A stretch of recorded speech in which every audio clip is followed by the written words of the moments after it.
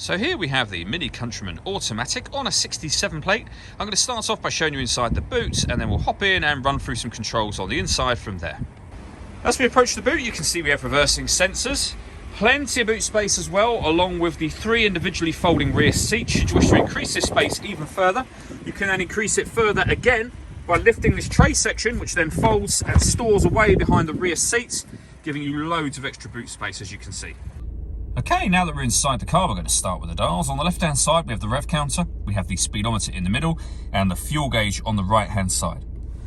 If we back out to the steering wheel, on the left-hand side, we have cruise control and speed limiter, and on the right-hand side, we have stereo and phone controls.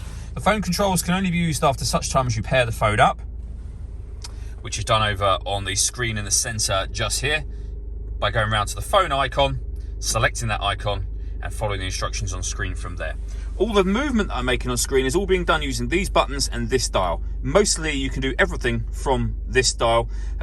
Certainly you can if you use it with the buttons as well. But you'll see we're on the main menu at the moment. So for example, if you want to listen to the radio, you can use the dial to access that. You'll see we have AM, FM and DAB radio. Everything I'm doing there is being done using the dial, including going back to the main menu. If you want to listen to your own music, you can do. You can connect up a USB device. You can stream your music wirelessly via Bluetooth audio. We also have auxiliary input as well. This car has got satellite navigation. There's a full video showing how this works on both our website and on our YouTube channel. And then you can go right the way back to the main menu from there. Working our way down, we have the dual zone climate control. So you can adjust the passenger and driver temperature. You can increase and decrease the fan speed.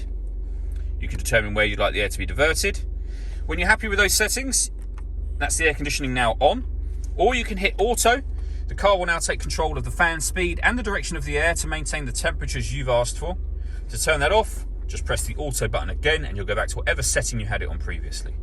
We've also got heated driver seat and heated passenger seat, both with 3 different heat settings on each. So working our way down, we have these buttons just here. You can turn off the stop and start. This car's designed to cut out when it's stationary in traffic to save you fuel. That system is now off. We can start and stop the engine. We can turn off the traction control. And this will put the car in sport mode, mid mode, which is your everyday driving, and green mode. Underneath that, we have auxiliary and USB inputs, as well as a 12-volt charging socket, and then the gear lever for the fully automatic gearbox. All that leaves me to say is thank you for taking the time to watch this video. If you'd like to come and see the car in person and have a test drive, please feel free to call any of our MJA sites. We'd love to hear from you soon.